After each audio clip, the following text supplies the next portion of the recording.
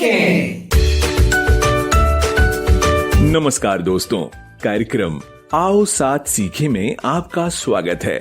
और इस कार्यक्रम में आज लगने वाली है पटाखा सर की पाठशाला। चूंकि ये कार्यक्रम का पहला एपिसोड है, तो हम आपको मिलवा देते हैं इस पाठशाला में धूम मचाने वाले विद्यार्थियों और उनके शिक्षक से। वैसे तो पाठशाला में बहुत से विद्यार्थी हैं, पर हमारे पटाखा सर की कक्षा कुछ अलग ही है।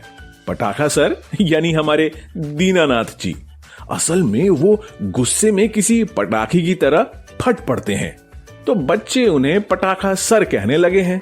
वैसे ही उनकी कक्षा में विषयों का ज्ञान तो मिलता ही है, इसके साथ साथ वो बच्चों को सिखाते हैं नए जमाने के नए तरीके, ऐसे तरीके जो बच्चों के व्यक्तित्व का विकास करते हैं। और इनकी कक्षा में बहुत से बच्चे हैं, पर कुछ है जो बहुत सवाल करते हैं, जैसे कि चक्री, तारा और गुलाबो। तो चलिए हम आपको लेकर चलते हैं पटाखा की पाठशाला में।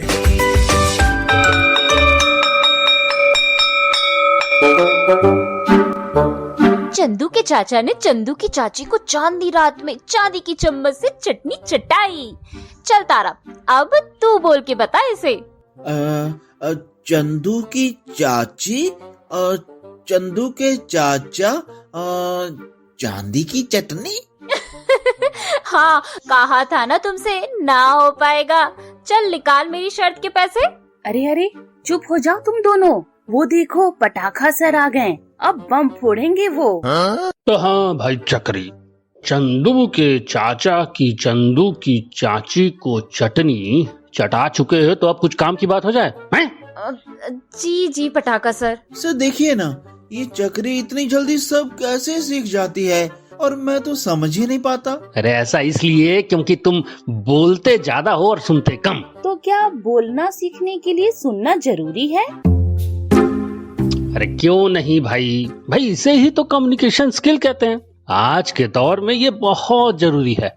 हम लोग जितना ज्यादा सुनेंगे उतनी अच्छी तरह से चीजों को सीख पाएंगे और समझ पाएंगे। जरा विस्तार से बताइए सर। देखो, संचार का सबसे अच्छा तरीका है सुनना। जहां हम काम करते हैं या फिर पढ़ते हैं, वहां सुनना बहुत जरूरी है। जैसे कि मैं आपसे कोई बात करता हूं और आप ध्यान से सुनते हो, तो बात आपको समझ में आती है। समझ आती है, इसलिए आप उसे दूसरों तक सही ढंग से पहुंचा पाते हो। क्यों? जी हाँ सर। लेकिन क्या सिर्फ सुनना काफी है? क्योंकि हम तो बहुत सी चीजें सुनते हैं, पर हर चीज याद कहाँ रहती है। हाँ, ये काम की बात है।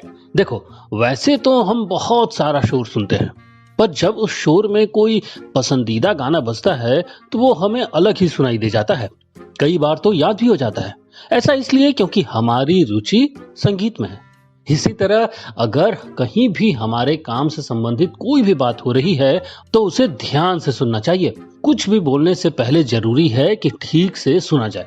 कुल मिलाकर बात इतनी है कि कुछ भी कहने से पहले ध्यान से सुने, कुछ वक्त ले, सोचें और फिर अपनी बात रखें। यानी कि सुने, रुके और फिर बोलें। सर तो कुछ और भी बताइए ना सुनने के बारे में। बच्चों, सुनने की 5 युक्तियां हैं। पहली, सुनने वाले पे ध्यान दे, उसके हाव भाव पर ध्यान दे ताकि मन ना भटके। दूसरी बात, केवल सुनना ही काफी नहीं है, जरूरी ये भी है कि सुनने के साथ ही सवाल भी पूछें, ताकि ये पता चले कि आप क्या और कितना समझ पा रहे हैं। हाँ, ये तो सही बात है। और भी युक्तियाँ बताइए ना। अरे हाँ भाई, बता रहा हूँ। तीसरी सलाह ये है कि बीच में बिल्कुल ना बोलें, जैसे कि अभी तुम बोल रही थी, समझी? हमेशा सामने वाले की बात पूरी हो जाने के बाद ही सवाल करें या फिर अपनी बात करें। जी। चौथी बात, सुनते समय रुचि दिखाना जरूरी है।